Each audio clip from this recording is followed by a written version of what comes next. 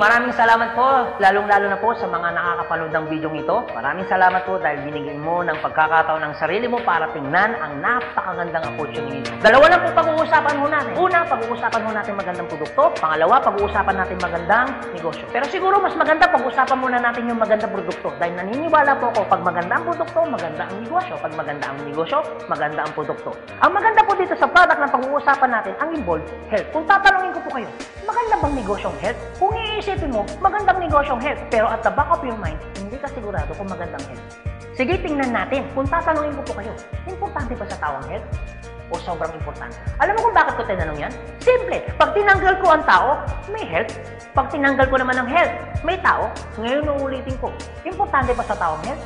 O sobrang importante? Kung sobrang importante sa tao ang health, anong ibig sabihin? Nagiging importante na rin sa tao ang business mo. Dahil ang business mo, health. Since tao po pag-uusapan mo natin, naniniwala po ba kayo na ang tao may katawan? Oo naman. Kung tatanungin ko pa kayo, importante ba sa tao ang katawan o sobrang importante? Kung sobrang importante sa tao ang katawan, what if mapabayaan ng tao ang katawan? So ano nangyayari? Nagkakasakit. Pag nagkakasakit ang tao, anong ginagawa? Nagpapadoktor, nagpapacheck up, nagpapagamot. Kung nagpapagamot ang tao, anong binibili? Siyempre, gamot. Ang gamot, gastos hindi. Siyempre, gastos. Pag hindi mo ginasusan, anong mangyayari sa sakit? Siyempre, lalala. Pag lumala ang sakit, anong mangyayari sa katawan? Siyempre, manghihina. Pag nanghina ang katawan, akala ng iba, katawan lang ang nagkakaproblema. Pero hindi na alam, apektado ang trabaho. Pag apektado ang trabaho, apektado ang kita. Pag apektado ang kita, ang pinaka-naapektuhan sa lahat, yung pamilya. Ang pinaka-malupit na naapektuhan pa sa tao, yung pangarap mo. Sabi daw nila, madali raw kitain ng pera pag masipag at matyaga.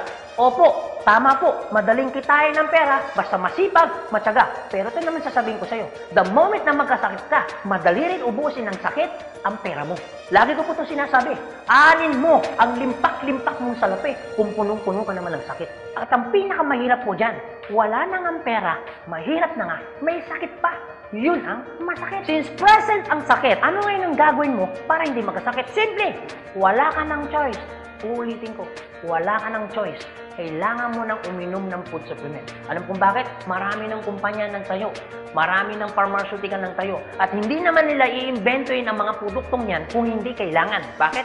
Kasi kailangan mo na talaga. Ngayon, pwede mo sabihin sa akin, teka lang Anthony, food supplement? Gastos yan eh. Opo, gastos nga ang food supplement. Pero ito naman sasabihin ko sa'yo, di bali nang gumastos ako, at least healthy naman ako. Bakit? Pag nakakasakit ka ba, ano bang ininom mo? Di ba gamot? O tanong, gastos hindi. Di ba gastos? Kung ikaw tatanungin ko, anong gusto mo? Gumagastos ka na healthy ka? O gumagastos ka, may sakit ka? Paras na gastos. Ang malupit mo niyan, every time na gumagastos ka, may sakit ka pa. Komportable ang katawan? Siyempre hindi. Sabihin na natin, gumagastos ka dito, at least healthy ka naman. Ang pinakamaganda sa lahat, bukod sa healthy ka na, business mo pa. Dahil business mo, kumikita ka pa. Ang pinakamaganda sa lahat, bukod sa healthy ka na, kumikita ka pa. Bukod sa kumikita ka na, healthy ka pa. Ano ngayon ang pakiramdam na bukod sa healthy at kumikita ka na, nakakatulong ka pa? Maganda o napakaganda? O sige, pag-usapan naman natin yung magandang negosyo. Maaaring nagustuhan mo yung product, maaaring bibili ka ng product. Pero ito yung totoo, gagawin mo kayong negosyo. Kasi bakit? Pag business ang pinag-uusapan, hindi naman kasi lahat ng tao business-oriented. Karamihan ng tao is career-oriented. Alam mo kung bakit? Marami kasing tao na pagdating sa business, ang dami niyang perspective. Alam mo isa sa mga perspective ng tao pagdating sa negosyo? Una, wala akong pera. Pwede mo sabihin sa akin, teka lang Anthony, wala naman akong pera. Kanina, nung pinapanood mong video nito, wala kang problema. Pero ngayon, may problema ka na. Ano? Pera. Pangalawa, ang maaaring problema mo, wala akong time. Pwede mo sabihin sa akin, teka lang Anthony, okay yung negosyo, kaso nga lang wala akong time. Walang kaso. Pero mayroong mas worse. Wala ka nang time. Wala ka pang pera. Pangatlo, maaaring itong problema mo. Teka lang Anthony, okay yung business, kaso nga lang hindi ko yan alam. Hindi ko yan hilig. Hindi ko yan linya. Ew. Pero ito yung totoo. Marami naman tao sa labas na ginagawa niya yung linya niya, ginagawa niya yung hilig niya. Pero tanong, kamusta ang buhay? Sabihin na natin hindi mo to hilig. Sabihin na natin, hindi mo rito niya.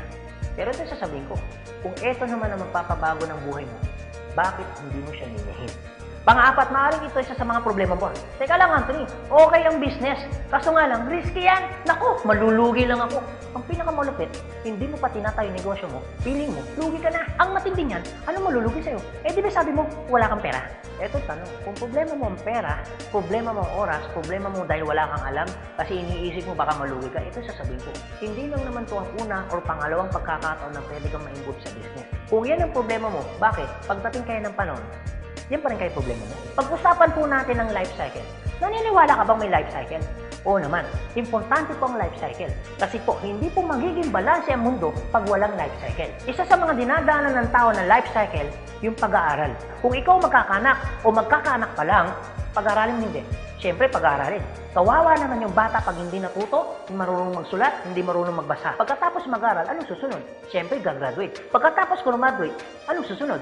Siyempre, magtatrabaho. Pero pansinin mo to. Meron po mga tao hindi nakapag-aral, hindi nakagraduate, pero nagtatrabaho. Bakit? Isa sa mga life cycle po na dinadaan ng tao, kailangan po magtrabaho. Etong tanong, gusto niyo po ba habang buhay nagtatrabaho? Siyempre, hindi. Gustuin niyo man po magtrabaho ng 60 to 65 years old, wala na ho kayong choice.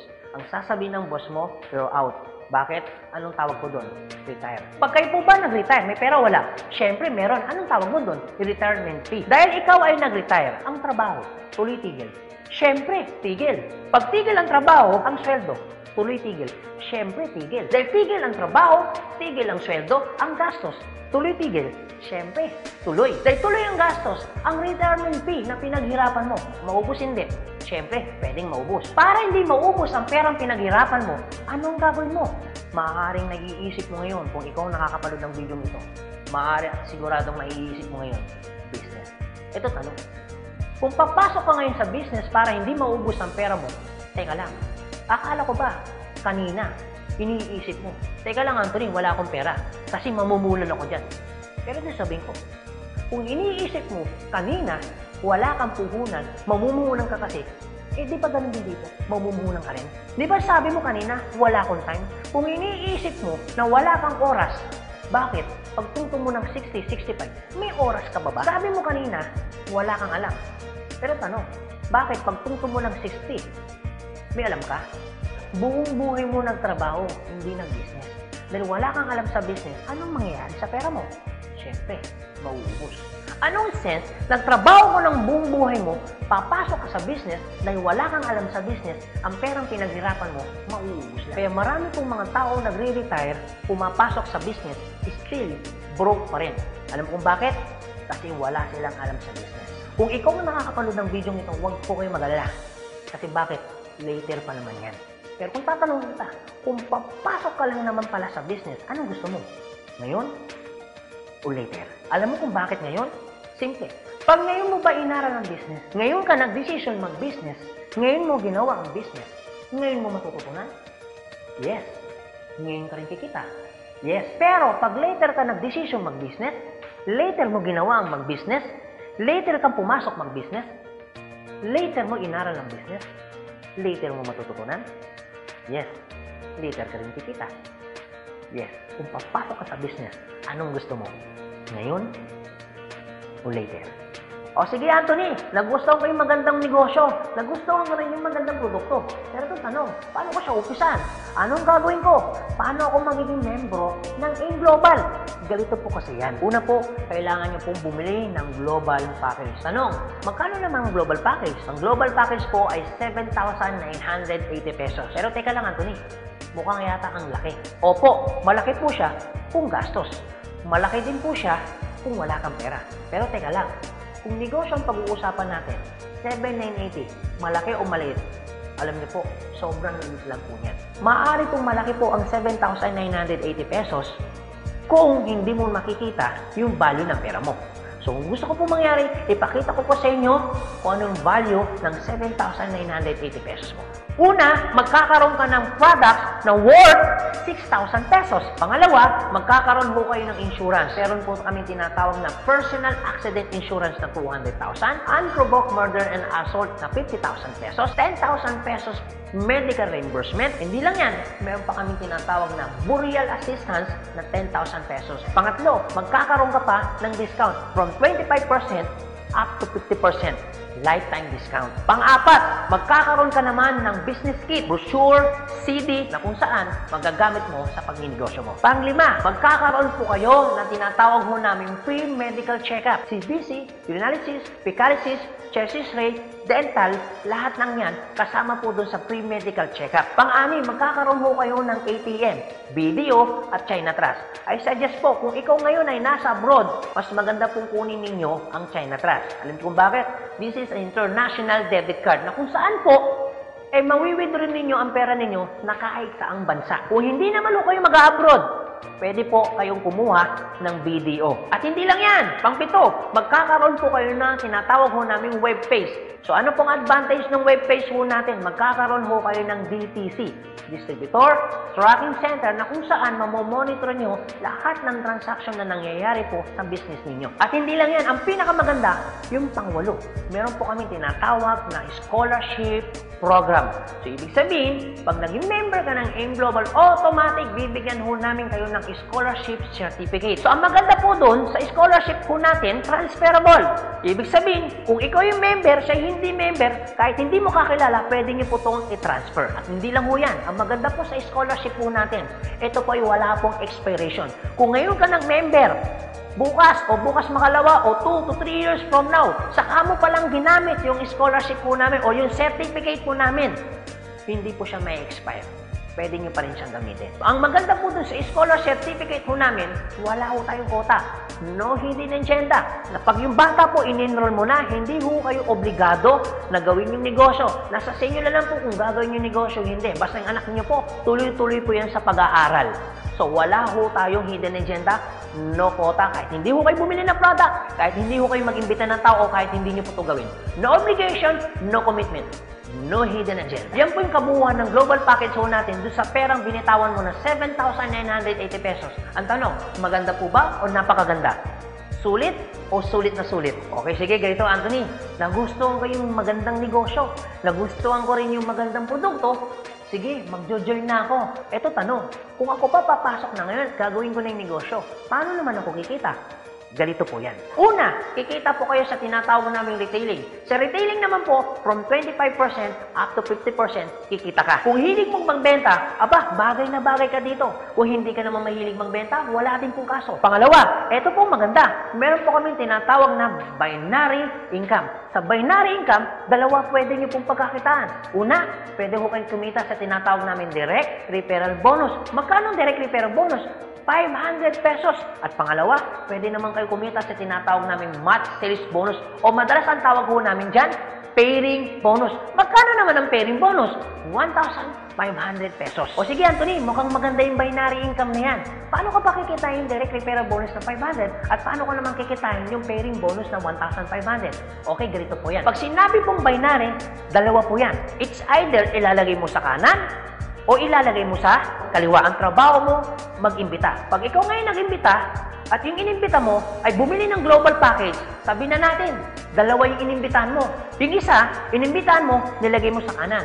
Yung isa naman, inimbitahan mo, nilagay mo naman sa kaliwa. Pagbili ni A, automatic, meron kang tinatawag na direct referral. Pagbili naman ni B, automatic, may kikitain ka naman na direct referral ng 500 pesos. At hindi lang yan, meron ka pang bonus. Pag may pumasok sa kanan mo at may pumasok sa kaliwa mo, automatic, magpipair po siya.